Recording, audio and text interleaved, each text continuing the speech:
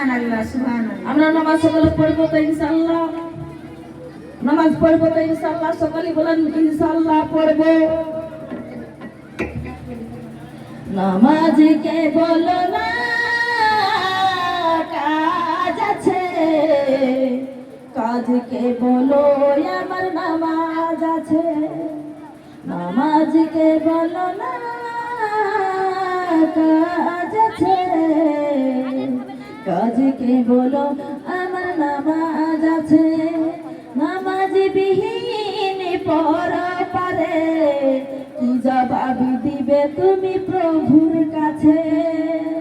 প্রভুর হুকুম মানো রে ভাই, তুমি থাকো যেথায়। সময় গেলে পাবে না ফিরে, মরণ তোমায় লইবে ধীরে। ফজর কাটে ঘুমের ঘরে, জহুর কাজে কাজে। আসর কাটে খেলাই ধুলাই, মগরিবি মাঝে মাঝে। এশার সময় হয়ে এলে তুমি থাকো দুনিয়ার পিছে। এশার সময় হয়ে এলে তুমি থাকো মিছে দুনিয়ার পিছে। নামাজকে বলো না কাজ আছে, কাজকে বলো আমার নামাজ আছে। নামাজ বিহীন পর পারে কি জবাব দিবে তুমি প্রভুর কাছে? প্রভুর হুকুম মানো রে ভাই, তুমি থাকো যেথায়। ওখানে একটা পাতা টাকাতে গেল যে কি হলো গো? চটকাড়ি দিল বছর লেগে। ও জি ওখানে টাকা না পেল না, মহিলা জালসা পুরাটাই ঘিরতে হয় গো। সব আমার ভাইরা বাবারা যেভাবে তাকাচ্ছে, আমাদের গুনাহ হয়েছে, জরুরি গুনাহ হয়েছে আমাদের। যারা দেখছে তাদের গুনাহ হয়েছে অবশ্যই। তাই ওরা শুনতে পাবে কিন্তু মুখ দেখাটা ঠিক নহি। আমাদেরকে মৌলানা সাহেবরা বলে যে তারা আশেপাশে থেকে শুনতে পাবে, কিন্তু মুখ দেখে দেখে আমরা শুনলে ওদের উল্টা গুনাহ হবে, যারা করবে তাদের গুনাহ হবে।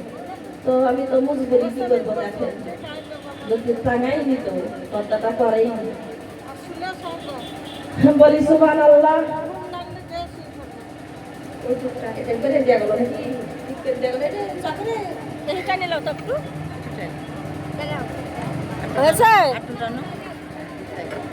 এবার হয়েছে তো সুবহানাল্লাহ বলেন।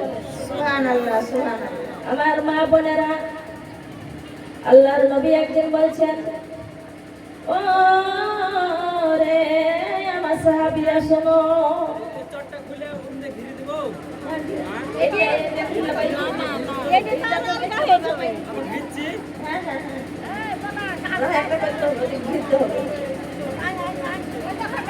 আমার বিশ্ব নবী মুহাম্মদ রাসূলুল্লাহ সাল্লাল্লাহু আলাইহি ওয়াসাল্লাম এক সাহাবীকে ডাক দিয়ে বলে, সাহাবীরা রে, এইদিকে ফাঁকা জায়গা আছে, সব জায়গায় সম্মুখে আসছে না। এই যে আমি শীতের সময় এই যে গাছের শাখাটা আমি হাত দিয়ে আমি ধরলাম, এই দ্রুতভাবে গাছের পাতাগুলা পড়ছে, আমাকে জিবরাইল জানিয়ে দিয়েছে, ওগো আমার আল্লাহ জিবরাইলের মাধ্যমে আমাকে জানিয়ে দিয়েছে, সাহাবীরা শুনো, ও সাহাবারা শুনো, আমার আল্লাহ জিবরাইলকে পাঠিয়ে দিয়েছে, জানিয়ে দিয়েছে আমাকে, ওগো নবী আপনার উম্মতিরা যারা নামাজ আদায় করে, যারা নামাজ পড়বে, তারা যখন নামাজে দাঁড়িয়ে যাবে, ইন্নী ওয়াজহাতু ওয়াজহিয়া লিল্লাযী ফাতিরাস সামাওয়াতি ওয়াল আরদা হানিফা ওয়া মা আনা মিনাল মুশরিকিন। তখনই সঙ্গে সঙ্গে ওই গুনাহগুলো ঝরঝর করে ঝরতে থাকবে। সুবহানাল্লাহ। যারা নামাজ পড়ে তাদের গুনাহগুলো ঝরে যায়। আমার মা বোনেরা খবরদার, জালসা দিয়েছে খুব ভালো কথা, কিন্তু আপনাদেরকে নামাজ পড়তে হবে। নামাজ হচ্ছে জান্নাতের চাবি। এই কথাটা যদি অমান্য করেন কঠিন ওই কবরে যখন যাবেন, আলমে বারজাকে যখন কবরে যাবেন, শুনলেন তো কবরবাসীর গজল। এই গজলের দ্বারা দিয়ে আপনাদেরকে জানিয়ে দিলাম মানুষ কখনো মরে না। একটা কিতাবের মধ্যে আমি পড়ছি, একজন বুজুর্গি বলছেন যে আমার আম্মা জান ছিল, আমার আম্মা জান বহুত বুজুর্গি ছিল, আমার আম্মা জান বুজুর্গি ছিল, সেজন্য আমার আম্মা জানের ওপর আল্লাহ খুশি হয়েছিলেন। আমার আম্মা জান তখন দুনিয়া থেকে চলে গিয়েছিলেন, আমার আম্মা জান তখন দুনিয়া থেকে চলে গিয়েছেন। সেই সময়তে আমার আম্মা জান জানে, আমার আম্মা জানের আশেপাশের যতই মহিলা ছিল তারা আসলেন, আমার আম্মা জানকে গোসল করাইতে গেল। গোসলটা করানোর সময়তে আমার আম্মা মুচকি হেসে দিয়েছে। সুবহানাল্লাহ বলে, সুবহানাল্লাহ, সুবহানাল্লাহ। তখন তারা বলছে কেন?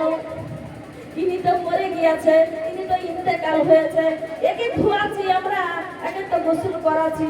এই গোসল করার সময়তে যখন ওকে তখন বসিয়ে দিয়ে পেটে যখন চাপ দিয়েছে, যখন মুচকি হেসেছে, এটা দেখে নিয়েছে। একজন খেয়াল করে বলছে এ তো মরে না, একে ধোয়াবো না, সবাই ওখান থেকে মুর্দা ছেড়ে দিয়ে পালিয়ে গিয়েছে। তখন বলছে কি হলো কি হলো, তো মুর্দা হাসে। সেইখান থেকে বোঝা গেল কখনো মানুষ মরে না। যারা জান্নাতে যাবে তারা তাড়াতাড়ি আমাকে গোসল করে কাফন পরিয়ে দাও, আমি তাড়াতাড়ি কবরে চলে যাব, আমি জান্নাতে চলে যাব, আমি জান্নাতে চলে যাব। তারা তাড়াতাড়ি তাড়াতাড়ি করতে বলে। সুবহানাল্লাহ।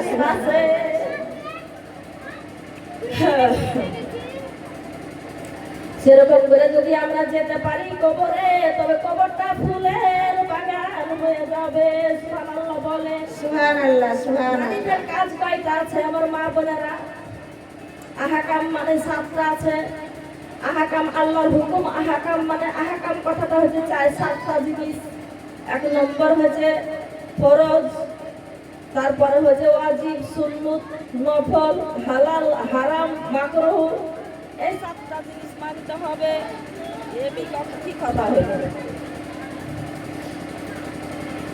আপনারা সুন্দর করে ওযুটা করবেন। ওযুর 4টা ফরজ আছে, 4টা ফরজ আপনারা সুন্দর করে করবেন। 4টা ফরজ কি? সুন্দর করে আপনারা মুখমণ্ডলটা ধোয়াটাই হচ্ছে ফরজ, আর এই কহনা পর্যন্ত হাত ধোয়া হচ্ছে ফরজ, আর 4 ভাগের 1 ভাগ মাথা মাসিহ করা এটা হচ্ছে ফরজ, আর পায়ের গিরার উপর পর্যন্ত পা ধৌত করা হচ্ছে ফরজ। এই 4টা জিনিসের মধ্যে কোনো একটা যদি ছুটে যায় তাহলে ওযুটা শুদ্ধ হবে না। 4টা জিনিসের মধ্যে একটা পছন্দ যদি ধোয়া হয় তাহলে ওযুটা শুদ্ধ হবে না। বুঝতে পারছেন আমার কথা? তাহলে যদি আপনারা জিজ্ঞাসা করেন ও আপা তাহলে ওযুর সুন্নত কটা? 14টা সুন্নত আর 14টা হচ্ছে মুস্তাহাব। তাহলে এতদিন বলে আপনাদের মনেও থাকবে না, আমার খালি বলাই হবে। মাকরুহ গুনাহ আছে কয়টা জানেন? ওযুর মধ্যে বা গুনাহ হয়, সবাই বুঝেন না, এগুলা বলার দরকার আছে। মাকরুহ গুনাহ হয় ওযুর মাধ্যমে। বাইজান কোন মেয়ে আছে বাহার দিয়ে লিখে, বাহার দিয়ে কুলি করে, বাহার দিয়ে তরকারি কুটে, বাহার দিয়ে অনেক কাজ করে, কিন্তু ওযুর মাধ্যমে। এখন ও বাহার দিয়ে যদি এগুলা কাজ করে তাহলে ও যে পায়খানা ফিরে ওটা সাফ করে কি দিয়ে? পায়খানা ফিরে তো অর্থ শরীর তো পবিত্র করতে হবে নাকি? পবিত্র অর্জন করতে হবে তাকে। ওটা কোন হাত দিয়ে করে সেটা আল্লাহ ভালো করে জানে, আমি তো জানি না। এটা আমি জানি না। তবে বলছে হাদিস পাকে যে বাহাতে যদি মুখে পানি দেয় কিংবা লাকে পানি দেয় তাহলে তো মাকরুহ গুনাহ হবে। আর ডাইন হাত দিয়ে যদি নাকের ছিদ্র পরিষ্কার করে এটা গুনাহ হবে। আর যদি মুখে যদি পানি দিয়ে দূরে দূরান্ত যদি কুলি জোসা কুলি করে ফেলে দেয় ওটা গুনাহ হবে। অল্প পানি, সামান্য পানি আছে, ওই পানি দিয়ে ওযু করলে গুনাহ হবে। তারপরে কি হবে? কাউরির নিজের শরীর ভালো থাকার পরেও যদি কাউরির সাহায্যতে ওযু করে তাহলে গুনাহ হবে। আর বেশি পানি ঢাললে পারে 3 বারের বেশি পানি যদি ওযুতে দেওয়া যায়, 3 বারের বেশি মুখে দিচ্ছে, লাকে দিচ্ছে, হাতে দিচ্ছে, এটা গুনাহ হবে। বুঝতে পেরেছেন? আর ওযুতে যদি আলতো ফালতো কথা বলে কিংবা বেশি অংশ কথা বলে ফেলে গুনাহ হবে। এই কয়টা কাজে গুনাহ হবে ওযু করতে গিয়ে, এগুলা মানতে হবে। তাহলে আমরা একটু বলবো, আর কে বলবো আপনাদের? আবার বলেন তুলা কালিমা লা ইলাহা ইল্লাল্লাহ কালিমা লা ইলাহা ইল্লাল্লাহ আমাসি সুকা গেল তুই মনে গেল হারি চুলেতে পানি ধরেছে হঠাৎ একদিন শনিবার মা বাবা আমার মরণি হইয়াছে পড়ো লা ইলাহা ইল্লাল্লাহ ও কালিমা লা ইলাহা ইল্লাল্লাহ কালিমা লা ইলাহা ইল্লাল্লাহ ও কালিমা লা ইলাহা ইল্লাল্লাহ পড়েছি মেতে উদয় হয় পড়েছি মেতে উদয় হয় হায়াতের জিগামা শেষ হয়ে যায় কবরটাকে বারেবার পড়ো লা ইলাহা ইল্লাল্লাহ ও কালিমা লা ইলাহা ইল্লাল্লাহ ও কালিমা লা ইলাহা ইল্লাল্লাহ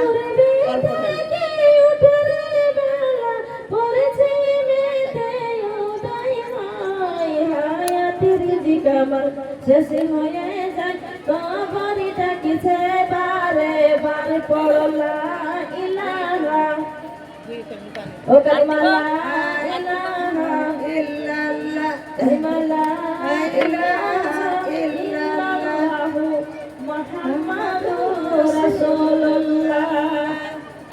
আমার মা বোনেরা, আরে ওজুর কথা বলেছি, নামাজ পড়লে কি বলেছি যে গুনাহগুলো ঝরে যায়, তাহলে লাভ আছে না নুকসান আছে বলেন? আমার নবী আর একদিন বলছে সাহাবীরা রে, ও আমার প্রিয় সাহাবা শুনো, তোমাদের বাড়ির পাশে কি পুকুর আছে? তোমাদের বাড়ির পাশে নদী আছে? তোমাদের বাড়ির পাশে কি কোনো তালাব আছে? একই কথা, তালাব, নদী, পুকুর, খাদ একই কথা। বলছে আছে, জি হ্যাঁ আছে। বলছে কোন ব্যক্তি তোমরা যদি 5 বার ওই যদি পুকুরে গোসল করো তাহলে কি তোমাদের শরীরে ময়লা থাকবে? তখন বলছে না জি না, 5 বার যদি গোসল করি তাহলে ময়লা থাকবে না। আমার নবী জবান মোবারক দিয়ে বলে দিয়েছেন, ও আমি নবী, বিশ্ব নবী রাহমাতাল লিল আলামিন, আমি বলে দিলাম যারা 5 বার নামাজ পড়ে তাদের আমল নামায় কোনো গুনাহ থাকে না। সুবহানাল্লাহ সুবহানাল্লাহ। খবরদার জানে আপনারা নামাজ পড়বেন, নামাজ ছাড়া কোনো গতি নাই, নামাজ ছাড়া কোনো কাউরির দাম নাই। দেখেন যদি এই মাথা ছাড়া কি বডির দাম আছে? মাথা যদি না থাকে তাহলে বডি চিনা যাবে। যদি আমি রাস্তায় পড়ে থাকি, আমার যদি নিজের মানুষ হয় তবে তোমাকে চিনা মুশকিল হয়ে যাবে। যদি আমার এই মাথাটা না থাকে, দেহ দেখে কি বুঝবে বলেন? সেই রকম বলছে তোমার সব ঠিক আছে, ইসলামের খুঁটি হয়েছে নামাজ, তুমি কেমন মুসলমান, তুমি তোমার মাথা ছাড়া আছো, নামাজ পড়ো না। কি বুঝলেন আমার কথা বলেন? তাহলে যে দুনিয়াতে আছে নামাজ পড়ে না, সে মাথা ছাড়া আছে। মাথা ছাড়া তো মানুষের কোনো দাম নেই, নামাজ ছাড়া সে মানুষের আল্লাহর কাছে কোনো দাম নেই। মুসা আলাইহিস সালামের কালে একটা মহিলা জেনা করেছিল, তার পেটে গর্ভ হয়েছিল, সন্তানটা ভূমিষ্ঠ হলো, সন্তানটাকে সে গলা টিপে মেরে ফেললো, তারপরে গর্ত খুঁজে ফুটে দিল, তারপরে মেয়েটার জ্ঞান ফিরল, এত বড় পাপ করেছি আমি, এই পাপের জন্য আল্লাহ আমাকে জাহান্নামের আগুনে দিবে, আমি ওই জাহান্নামের আগুন আমি কেমন করে সহ্য করব? ওই জাহান্নামের আগুন কাউরি সহ্য করার মতন শক্তি নেই। 70 বার ধুয়ে একটা শস্যের দানা সমান 70 বার 70টা সাগরে ধোয়ার পরে আমার আদম আলাইহিস সালামের কাছে নিয়ে এসেছিলেন আগুনটা ফেনা পাকানোর জন্য। সুবহানাল্লাহ। তাহলে এই আগুনের যদি এতটা তাপ হয় মা বোনেরা, তাইলে পরে বলেন ওই দুজকের আগুনে তাকে নিক্ষেপ করা হবে, ওই বান্দা বান্দি কেমন করে আগুনে চিরস্থায়ী কাল করতে থাকবে? কখনো মরণ হবে না। সুম্মা লা ইয়ামিতু ফিহা ওয়ালা ইয়াহইয়া, কখনো মরণ হবে না। তারা বলবে আগুনে পুড়ে পুড়ে, আগুনে পড়ে পড়ে তারা কাঁদতে থাকবে, ও আল্লাহ বাঁচাও, আল্লাহ বাঁচাও, আল্লাহ ও আল্লাহ গো বাঁচাও, আবার দুনিয়াতে পাঠাও, আরেকবার দুনিয়াতে পাঠাও। দুনিয়াতে যদি এবার পাঠিয়ে দাও আল্লাহ, সারাদিন নামাজ পড়বো আল্লাহ, সারাদিন তোমার কোরআন পড়বো আল্লাহ, সারাদিন আমার স্বামীর সেবা করবো আল্লাহ, শাশুড়ি শ্বশুরের সেবা করবো আল্লাহ, তোমার কোরআন খানা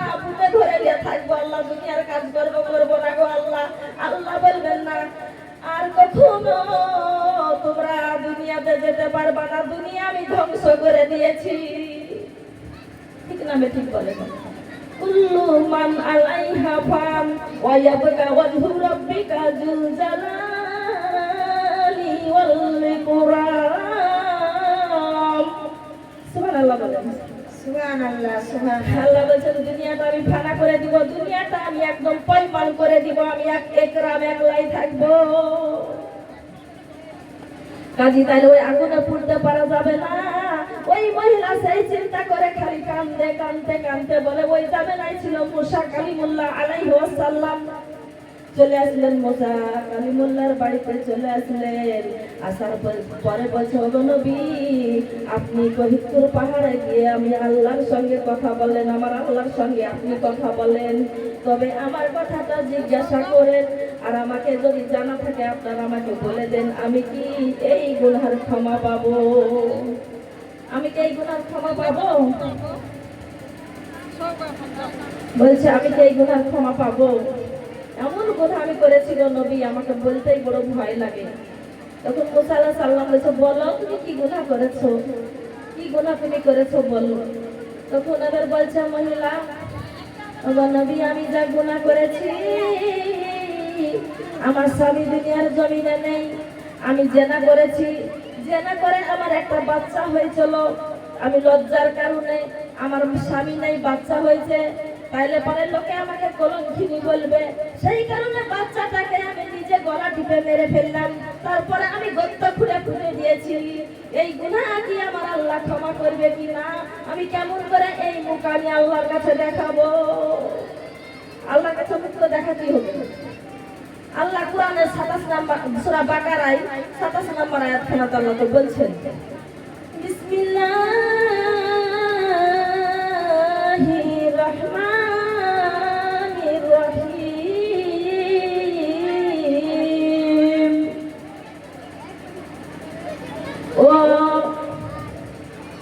ও আমার বান্দা বান্দি শুনে নাও, কাইফা তাকফুরুনা বিল্লাহি ওয়া কুনতুম আমওয়াতান ফাআহইয়াকুম সুম্মা ইউমিতুকুম সুম্মা ইহয়িকুম সুম্মা ইলাইহি তুরজাউন। আল্লাহু আকবার। আল্লাহ বলছেন ও বান্দা আমাকে তোমরা কেমন করে অস্বীকার করো, বান্দা ও বান্দা বান্দি রে আমাকে কেমন করে অস্বীকার করো? তোমরা তো প্রাণহীন ছিলে, তোমরা তো কোনো কিছুই ছিলে না, তোমাদের কোনো আকৃতিই ছিল না, একটা পচা পোকার মতো তোমরা ছিলে। বাপের মাধ্যমে ওই পোকাটাকে আমি মায়ের রেহেমে দিলাম, ওই মায়ের রেহেম থেকে তোমাকে আমি 2 ফোঁটা মাসিকে রক্ত দিয়ে আমি 2 পানির সঙ্গে মিক্স করে দিয়ে আমি তোমাকে গঠন করে আমি হাওয়া দিয়ে আমি আগুন দিয়ে আমি পানি দিয়ে আর আমি তোমাকে তৈরি করেছি। পানি আছে, আগুন আছে, আগুন আছে, পানি আছে, হাওয়া আছে, মাটি আছে, 4টা জিনিস দিয়ে ওইগুলা জিনিস দিয়ে তোমাকে একটা গঠন করে আমি ফেরেশতার মাধ্যমে তোমাকে আমি গঠন করেছি। ও বান্দা বান্দি কেমন করে আমাকে অস্বীকার করো? কিভাবে আমাকে অস্বীকার করো? তোমাকে হায়াত দিয়েছি, হায়াত দিয়েছি ঠিকই, তোমাকে আবার আমি মৃত্যু দিব। ফাহিয়াকুম সুম্মা হায়াত দিলাম, ইউমিতুকুম সুম্মা তোমাকে মরণ দিব, ইহয়িকুম সুম্মা ইলাইহি তুরজাউন। মরার পরে আবার তোমাকে জীবিত করব, আবার তোমাকে আমার কাছে ফিরে আসতে হবে। সুবহানাল্লাহ সুবহানাল্লাহ লাগছে। ও আমার মা বোনেরা আমার কথা ভালো লাগছে শুনে? তাইলে আল্লাহ কি বলছেন? আল্লাহ বলছেন আমি দুনিয়াতে তোমাদেরকে পাঠিয়ে দিয়েছি, কিন্তু আমার তো কোনো কাজ আছে নাকি? আল্লাহ বলছেন ওমা খালাকাতুল জিন্না ওয়াল ইনসা ইল্লা লিয়াবুদুন। জিন আর ইনসানের কাছে আমি হিসাব নিব, আমি কোনো গাছ বৃক্ষের কাছে হিসাব নিব না, আমি কোনো গরুর কাছে হিসাব নিব না, আমি ছাগলের কাছে হিসাব নিব না, আমি গাধার কাছে নিব না, আমি ঘোড়ার কাছে নিব না, আমি কোনো জানোয়ারের কাছে নিব না, আমি নিব খালি ইনসান আর জিনের কাছে হিসাব নিব। সুবহানাল্লাহ সুবহানাল্লাহ। সর্বপ্রথম হচ্ছে কি যে সব ইবাদতের সবচাইতে বড় ইবাদত হচ্ছে, মূল ইবাদত হচ্ছে নামাজ। নামাজ শুরু করতে হবে আগে। 7 বছর বয়স হলে আল্লাহ পাক রব্বুল আলামিন বলছেন, কোরআনের মাধ্যমে আল্লাহ জানিয়ে দিয়েছেন, হুদাল লিন্নাস, হুদাল লিন্নাস। এই এই হুদাল লিন্নাস কেন বলছে আল্লাহ? আমি এই কোরআনটাকে দুনিয়াতে পাঠিয়ে দিয়েছি মানুষের জীবন ব্যবস্থার জন্য। জীবন ব্যবস্থার জন্য আমি কোরআনটাকে পাঠিয়ে দিয়েছি। যে কোরআনের উপরে চলবে, যে কোরআনের উপরে আমল করবে, যে কোরআনটাকে ভালোবাসবে, যে কোরআনটা মেনে চলবে, তাকে আমি হিদায়াত দান করে দিব। সুবহানাল্লাহ, সুবহানাল্লাহ, সুবহানাল্লাহ। দেখেন সূরা আল-হামদ সূরার মধ্যে আমরা সবাই পড়ি, হয়তো বুঝি না। বুঝতে পারে কত মানুষ তো বুঝতে পারে, কিন্তু কিছু মানুষ নাও বুঝতে পারে। আল্লাহ বলে দিয়েছেন সূরা ফাতিহার মধ্যে, আলহামদুলিল্লাহি রাব্বিল আলামিন। সমস্ত প্রশংসা আমি আল্লাহর জন্য। বলেন একবার সুবহানাল্লাহ, সুবহানাল্লাহ, সুবহানাল্লাহ। আর-রহমানির রহিম।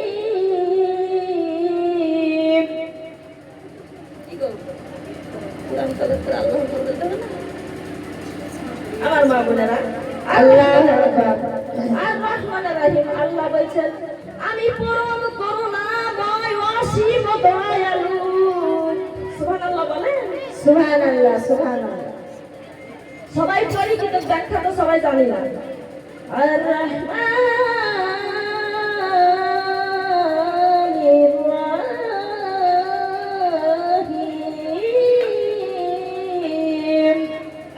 আল্লাহু আকবার। আমি করুণাময় অসীম দয়ালু, পরম দয়ালু, করুণাময় অসীম পরম দয়ালু। তারপরে বলছে,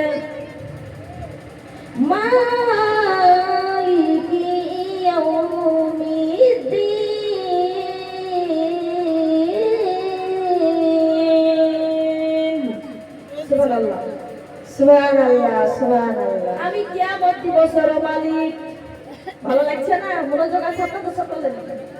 আমি কিয়ামত দিবসের মালিক, আমি সারা জগতের মালিক, আমি কিয়ামত দিবসের মালিক। কিয়ামত কোনটাকে বলছে? যেদিন আসমান খুলে ঝলঝল ঝলঝল করে পড়তে থাকবে, আগুনের মতো আসমানটা পড়তে থাকবে, জমিনটা ভূমিকম্প উঠে পড়বে, তড়পড় তড়পড় তড়পড় তড়পড় চালু হয়ে যাবে, আসমান পড়তে থাকবে, জমিনও ভূমিকম্প উঠে পড়বে, আর মানুষগুলা সব দৌড়াদৌড়ি দৌড়াদৌড়ি করতে করতে এই ধপ ধপ ধপ ধপ করে পড়বে, আর জানটা বেরিয়ে যাবে, সব শেষ। সেটার নাম হচ্ছে কিয়ামত।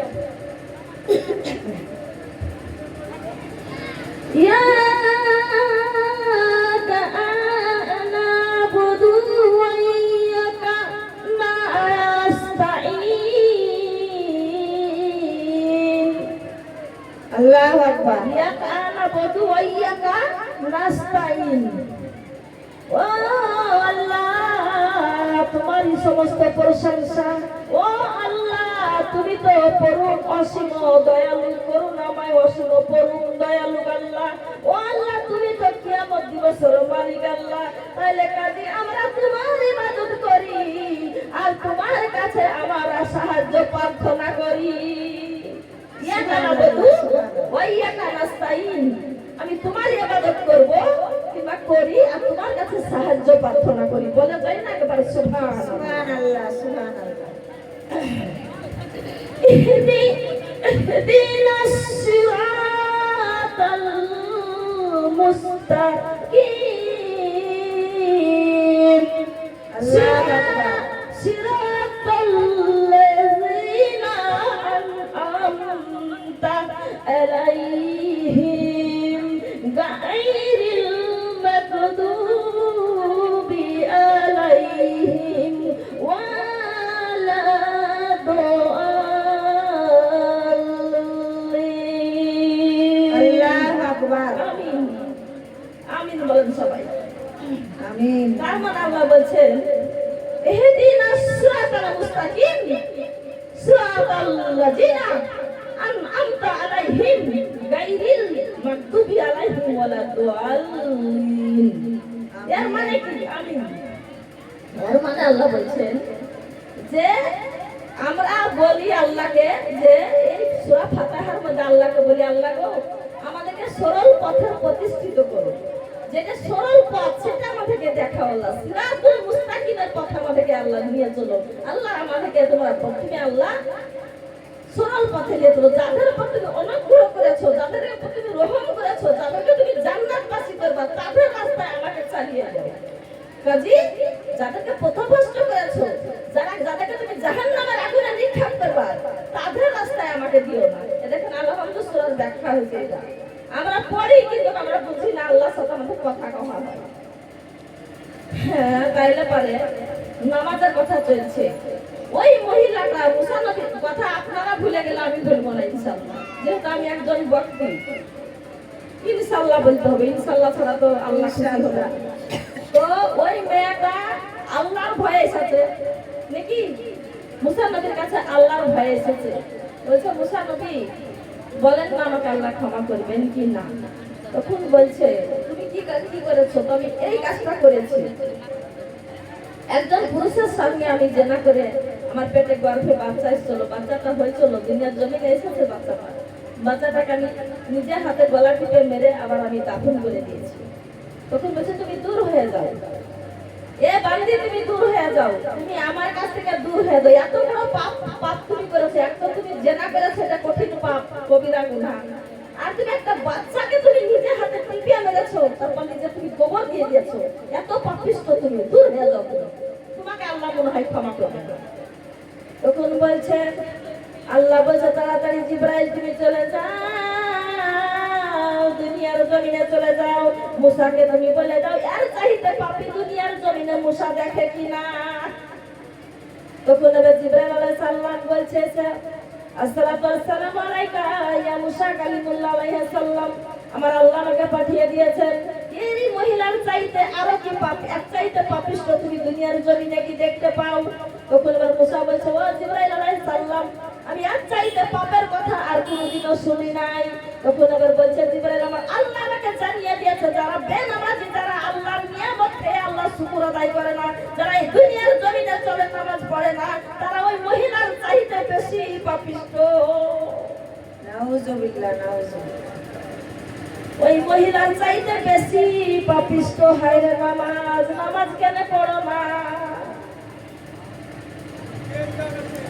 বেনামাজিকে কুকুরাও ঘৃণা করে, বেনামাজিকে পাখিতে ঘৃণা করে, বেনামাজিকে সূর্যতে ঘৃণা করে, বেনামাজিকে চন্দ্রতে ঘৃণা করে, বেনামাজিকে আল্লাহ নিজেও ঘৃণা করে। তবে কোনদিন আল্লাহ তাকে গজব দেয় না, আযাব দেয় না, কষ্ট দেয় না। যা বিচার করবে সব পরকালে করবে, এ দুনিয়ায় করবে না। আমার নবী বলে দিয়েছে আমার উম্মতরা যদি গুনাহ করে ওগো রব্বুল আলামিন আমার উম্মতদেরকে জানে কোনো কষ্ট দিও না গো, আমি নবী সইতে পারবো না। সুবহানাল্লাহ, সুবহানাল্লাহ, সুবহানাল্লাহ। আমার নবী ইন্তেকালের পূর্বে 3 দিন পয়লা আমার নবী বিছানায় বারবার বেহুশ হয়ে যায়, বারবার বেহুশ হয়ে যায়। হাসান কান্দে, হুসাইন কান্দে, মা ফাতেমা কান্দে, আব্বু গো ও আব্বু আমি এতিম, আমার মা নাই, আব্বু গো আমার ঘরে 4 দিন 5 দিন করে খাবার হয় না। আমি যখন তোমার কাছে আসি যা আব্বু জান আপনার চেহারা মুবারক দেখে আমার জানটা শীতল হয়ে যায়। আপনি যদি দুনিয়া থেকে চলে যান আমি কাকে দেখে আমি জানটা শীতল করবো আব্বু।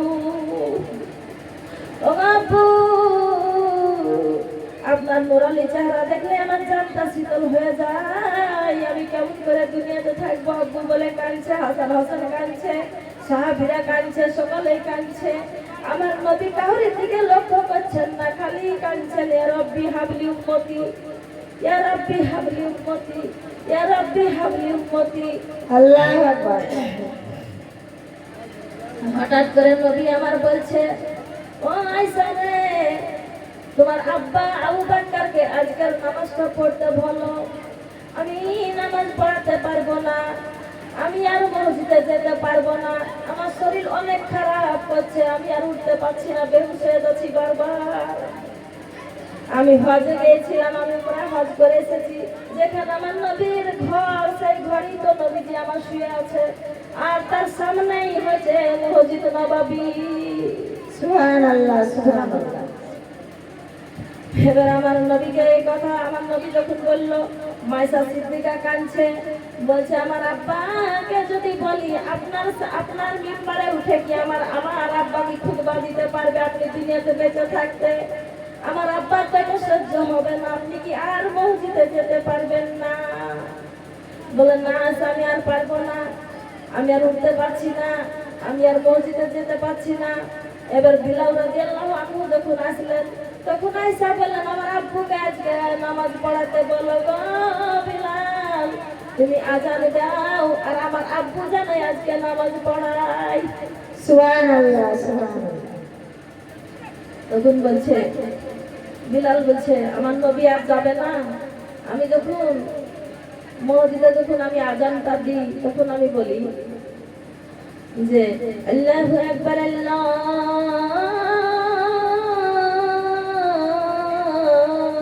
আকবার বলে না গো, একরা করে বলছি, আমি তো আজান দিচ্ছি না, এমনি বলছি আশহাদু আল্লা ইলাহা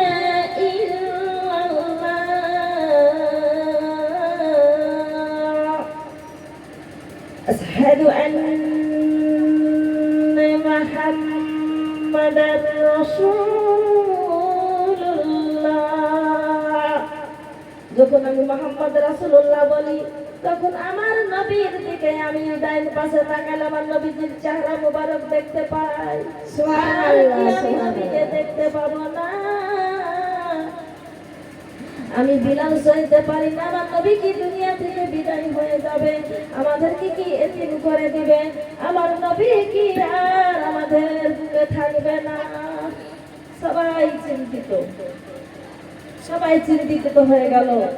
তারপরে আজানটা হলো, আজানটা দেওয়ার পরে নামাজ পড়ছে, নামাজের সঙ্গে সঙ্গে সব হাউমাউ করে সাহাবীরা কাঁদছে, সাহাবীরা হাউমাউ করে সকলে কাঁদছে। আমার নবীজি হুশে বেহুশ ছিলেন, বেহুশ থেকে হুশটা ফিরলেন। তারপরে তখন আমার নবীজি বলছে যে আয়েশা, কিসের কান্না শোনা যায়, এত কান্না কিসের, এত চিৎকার করে কোথায়?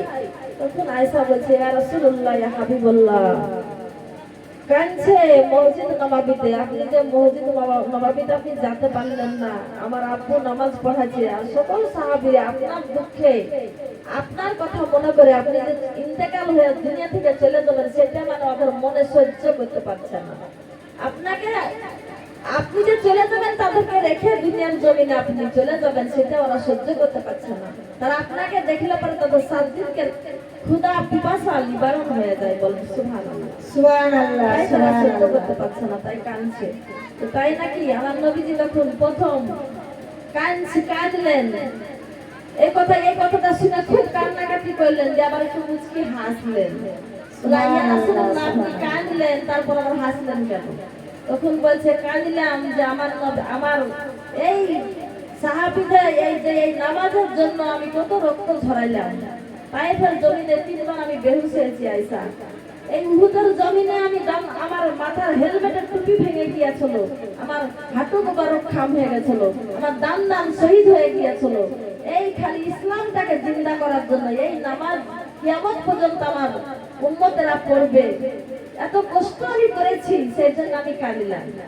আর আমি হাসলাম যে আমাকে খুবই ভালো লাগলো, আমি যাওয়ার পরেও যেন এইভাবে আমার সাহাবীরা কিংবা আমার উম্মতেরা আমার গুণগান, আমার গণকীর্তন, আমার মানে সব রকমের কথাবার্তা, আমার হাদিস গুলা জানে পড়ে, আর তারা জানে মিলাদুল নবী করে, ঈদ মিলাদুল নবীর পালন করে। বলেন সুবহানাল্লাহ, সুবহানাল্লাহ, সুবহানাল্লাহ। আমার নবী, এবার আমার নবী বিছানায় পড়ে গিয়েছে। উম্মে সালমা এসে বলছে আপনি কাঁদছেন কেন, কিসের জন্য আপনি কাঁদছেন গো, বলেন। ও উম্মে সালমা রে, আমার উম্মত উম্মতের জন্য আমার জানা হৃদয়টা ফেটে যাচ্ছে। আমি গুনাহগার উম্মতকে আমি রেখে কেমন করে যাব? সুবহানাল্লাহ আমি যখন দুনিয়া থেকে চলে যাব, আমার উম্মতের কোনো যদি আল্লাহ বিপদ দেয়, আমার উম্মতের যদি কোনো কষ্ট হয়, আমার উম্মত যদি কাঁদে, আমি দুনিয়ার জমিন থেকে চলে যাচ্ছি, আমার উম্মতকে যদি আমার আল্লাহ কষ্ট দেয়, আমি নবী কবর থেকে তো উঠে আসতে পারবো না, আল্লাহ তো অর্ডার দিবে না, আমি কিন্তু সইতে পারবো না। আমার ভিতরের আমার হৃদয়টা জানে চচ্চর করে ফেটে যাচ্ছে, আমি আমার উম্মতের ব্যথায় আমি কাঁদি। সুবহানাল্লাহ সুবহানাল্লাহ উম্মে সালমা বলছে, কাঁদেন না গো নবী, কাঁদেন না, আপনার অসুস্থতা বেড়ে যাবে, আপনার মাথায় ব্যথা, আপনার বুকে ব্যথা, আপনার বারবার আপনি বেহুশ হয়ে যাচ্ছেন, উম্মতের জন্য আপনাকে কাঁদতে হবে না। ও উম্মে সালমা রে, আমি ফাতেমার জন্য কাঁদি না, আমি হাসানের জন্য কাঁদি না, আমি হোসাইনের জন্য কাঁদি না, আমি কোন সাহাবীর জন্য কাঁদি না রে, আমার গুনাহগার উম্মতির জন্য আমি কাঁদি। সুবহানাল্লাহ তারা সুবহানাল্লাহ দুনিয়ার জমিনে যদি কঠোর পাপ করে ফেলে, তারা যদি প্রচুর গুনাহ করে ফেলে, আমার আল্লাহ যদি নারাজ হয়ে যদি কোনো বিপদ দেয়, আমি নবী কবর থেকে আমি শান্তি পাবো না, আমি কবরে আমি উম্মতি বলে কাঁদিব। আমি দুনিয়াতে 70 বছর জিন্দগিতে কোনোদিন আমি পেট ভরে খানা খাইনি, আমি দুনিয়াতে 70 বছর জিন্দগিতে কোনোদিন আমি ঘুমাই নাই, আমি কোনোদিন ভালোভাবে কাপড় পরে আনন্দ আমি মুখে হাসি ফুটাইনি, আমি সর্বক্ষণ খালি বলেছি ইয়া রাব্বি হাবলি উম্মতি, ইয়া রাব্বি হাবলি উম্মতি, ইয়া রাব্বি হাবলি উম্মতি। আল্লাহু আকবার। আমি উম্মতের ব্যথায় কাঁদি, আমি উম্মতের জন্য ঘুমাই না, আমি উম্মতের চিন্তায় আমি খাই না, উম্মতের চিন্তায় আমি সব সময় চিন্তিত হয়ে থাকি। সুবহানাল্লাহ সুবহানাল্লাহ আমার মা বোনেরা, দুনিয়াতে কত আনন্দ করে আমরা আছি, আমরা নবীর কথা মনে করি না। আমার নবী বিদায় কালে বলেছে আসসালাতু আসসালাত, আসসালাত সালাত সালাত, তোমরা নামাজ ভুলে যাও না, তোমরা কোরআন ভুলে যাও না। আমি দুনিয়া থেকে চলে গেলাম, আমি কোরআন দিয়ে গেলাম, এই কোরআনটা তোমরা যেন ছেড়ে দিও না। ওই হাসরের ময়দানে আমি তোমাদের জন্য থাকবো, আমি মিজানের পাল্লার কাছে আমি নবী থাকবো, আমি জাহান্নামের কিনারায় থাকবো, আমি মিজানের পাল্লার কাছে আমি থাকবো, আমি ফুলসরাতের কিনারাতে আমি নবী থাকবো, আমি 4 জায়গায় নবী তোমাদের জন্য আমি ছোটাছুটি করবো। তোমরা দুনিয়ার জমিনে তোমরা ভুল কাজ করো না, যদি তোমরা ভুল কাজ বাইচান করো, তবে তোমরা সঙ্গে সঙ্গে ক্ষমা চাইও, তোমরা ক্ষমা চাই আল্লাহর কাছে তোমরা মাপ চেয়ে দিও, আল্লাহ তোমাদেরকে ক্ষমা করে দিবেন। সুবহানাল্লাহ সুবহানাল্লাহ সুবহানাল্লাহ আমরা দিনের জমিনে আমরাও নারী, একজন নারী ছিল গো মা আমার বোনেরা, একজন নারী ছিল, তার নাম আপনারা সকলেই শুনেছেন, হাজিরা। ওই হাজিরা ছিল সাধন বাচ্চার কাছে বন্দী ছিল। ওই হাজিরা জীবন বাঁচানোর জন্য ওই হাজিরা সমুদ্রে ঝাঁপ দিয়েছিলেন। ওই হাজিরা 8 দিন একটা তরঙ্গ জঙ্গলে ছিল, ওই জঙ্গলে ছিল 7 দিন না খাইয়া, তাও ওই হাজিরাকে তুলে নিয়ে আসা হয়েছিল সাধন বাদশার দরবারে, কারাগারে বন্দী ছিল মিশর শহরের মাঝারে। ইব্রাহিম আলাইহিস সালাম সারা ভানুকে লইয়া ওখানে কালেমা প্রচার করতে গিয়েছিল, সারা ভানু বন্দী পড়ে গিয়েছিল, ইব্রাহিম আলাইহিস সালাম কারাগারে বন্দী পড়ে গিয়েছিল। অবশেষে সাধন বাদশাকে আল্লাহ গজব দিল, 2টা চোখ অন্ধ হয়ে গেছিল, 2টা মেয়ের কাছে, 2টা নারীর কাছে জোর করে তাকে অপহরণ করতে গিয়েছিল, তার কাছে তার প্রিয় লালসা মিটানোর জন্য তার কাছে এগিয়ে গিয়েছিল। তারা ছিল সতী নারী, এই জন্য হাজিরার কাছে আর সারা ভানুর কাছে যাওয়ার জন্য আগিয়ে যাওয়ার জন্য তাকে মাটিতে গ্যাস করে দিয়েছিল আর তাকে অন্ধ করে দিয়েছিল। অবশেষে সারা ভানু বলছে, ও সাধন বাদশা, তুমি কার সঙ্গে তুমি কথা বলো, তুমি আমার কাছে আসছো কেন?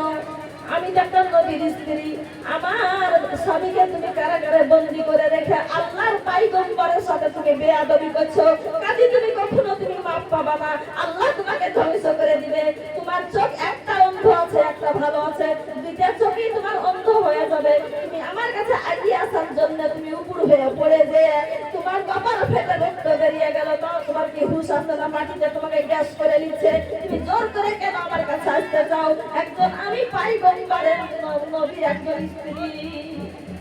তখন সাধন বাদশা বুঝলো ঠিকই আছে কথাটা, কত নারীর সঙ্গে আমি আমার লালসা মেটাই, কিন্তু এই মিশর শহরের আমি সুন্দরী নারীকে একটাও একবার রাখি না। তাদেরকে আমার মন্ত্রীর উজিরদেরকে যে তুলে নিয়েছে, আমার যা ইচ্ছা তাই করি। কিন্তু এই দুইটা নারী, সতী নারী, এই দুইটা নারীর কাছে আমার সামনে এক ধাপ আগানোর জন্য আমার চোখ অন্ধ হয়ে যাচ্ছে, আমাকে মাটিতে গ্যাস করে নিচ্ছে। তাহলে এর মাধ্যমে কিছু একটা আছে। তখন বলছে সারা ভানুকে বলছে আমি মুসলমান হয়ে যাবো। তোমার স্বামী পয়গম্বর, তোমার স্বামী নবী? হ্যাঁ জি, আমার স্বামী হচ্ছে নবী, আমার স্বামীর নাম হচ্ছে ইব্রাহিম আলাইহিস সালাম। এই তোমরা মোবাইল খারাপ করছো কেন বলো? মোবাইলে সাহালি ইউটিউবে ছাড়া আছে গো আমার, ইউটিউবে পেয়ে যাবে। জুবাইদা বেগম সাহেবার ওয়াজ বলবা চলে আসবে, করার দরকার নাই। ও আমার মা বোনেরা শুনেন, সেই জন্য এবার সাধন বাদশা বলছে আমি সিধা হয়ে গেছি, আমাকে আল্লাহ হিদায়াত দিয়েছে। ইব্রাহিম আলাইহিস সালামকে ডাকলেন, ডেকে বলল ও আল্লাহর নবী, আমাকে আপনি মুসলমান করে দেন, আমি আর ভুল কাজ করবো না। জীবন আমি কত নারীর সঙ্গে আমি বেয়াদবি করেছি, কত নারীর সঙ্গে আমি খারাপ ব্যবহার করেছি, আর আমি করব না। আমি জীবনের মতো তওবা করলাম। তওবা করার পরে তখন বলল এটা তোমার কে? তুমি তো প্রথম বলেছো এটা আমার বোন, এখন তোমার বিবি বলছে ওইটা আমার স্বামী। ঠিক আছে, তোমাদের আর মারবো না, কারাগারেও রাখবো না, তোমরা আপন দেশে চলে যাও। আর নাই তো আমার বাদশার রাজত্ব আমি অর্ধেক তোমাদেরকে আমি দিয়ে দিব, আমার বাড়িতে তোমরা থেকে যাও। আমার নবী, আমার আল্লাহর নবী, আমার আল্লাহর নবী ইব্রাহিম আলাইহিস সালাম বলছেন যে না না না, আমি দুনিয়ার জমিনে বাদশাহী হওয়ার জন্য আমি আসিনি, আমি হচ্ছে কালেমা প্রচার করার জন্য দুনিয়ার জমিনে এসেছি, আল্লাহর হুকুম আহকাম মানার জন্য। তোমার আমার বাদশাহী তোমার কাছে থাক, তোমার বাদশাহী হওয়ার আমার দরকার নেই। আমি আর বিবি চলে যাচ্ছি, আমার বিবি আর আমি চলে যাচ্ছি। সুবহানাল্লাহ, সুবহানাল্লাহ। মুকাদ্দাসে তারা রওনা হয়ে চলে যাচ্ছে। সেই সময় সাধন বাদশা বলল ওগো ইব্রাহিম আলাইহিস সালাম, একজন সতী নারী আছে, তার নাম হচ্ছে হাজরা। ওই হাজরাকে আমি ধাওয়া করার জন্য, আমার অনুসারীরা ধাওয়া করার জন্য অরণ জঙ্গলে পালিয়ে যে এসেছিল 7 দিন, সমুদ্রের নীল দরিয়ায় ঝাঁপ দিয়েছিল, তাকে অজ্ঞান অবস্থায় তুলে আনা হয়েছিল। তার কাছে আমি এগিয়ে যাওয়ার জন্য আমার দুটো চোখ বন্ধ হয়ে গিয়েছিল। তারপরে একটা চোখ যাই করে ওই হাজরা দোয়া করে ভালো হয়েছে, আর একটা চোখ আমার এখনো অন্ধ আছে। আল্লাহর কাছে তুমি দোয়া করো আমিও এই চোখটাও যেন ভালো হয়ে যায়, আর এই হাজরাকে তোমার সঙ্গে নিয়ে চলে যাও। এই এত বড় সতী নারী আমি কার হাতে দিব? সুবহানাল্লাহ, সুবহানাল্লাহ। এত বড় সতী নারী এখানে বন্দি করে রেখেছি, কত কষ্ট করে আছে, তো তোমার বাড়িতে নিয়ে যাও। ইব্রাহিম আলাইহিস সালাম বলছেন না, একটা মেয়ে ছেলেকে আমি কি নিয়ে যাবো? আমার বিবির সন্তান নাই, আমি নাই, কিছু নাই, আমার বিবি আর আমি থাকি, সেখানে একটা যুবক মেয়ে, মানে মন চাইছে না।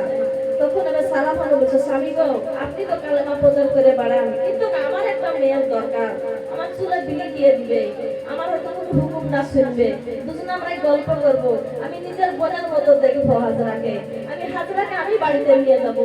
এত সুন্দরী নারী, এত রূপবতী, এত গুণবতী, এই কারাগারে কেন রাখবো? আমি হাজরাকে নিয়ে বাড়ি যাবো। তখন এই কথা যখন বললেন, তখন ইব্রাহিম আলাইহিস সালাম বলছে তোমার ওটা খুশি, তোমার ওটা খুশি, যদি তোমার উপকারে লাগে তুমি নিয়ে যেতে পারো। এবার বাইতুল মুকাদ্দাস হাজরাকে নিয়ে চলে গেল, ওখানে ঘর বাঁধলেন। ঘর বাঁধার পরে মা বোনেরা গো, কি সুন্দর ভাবে ভালো ব্যবহারে চলে।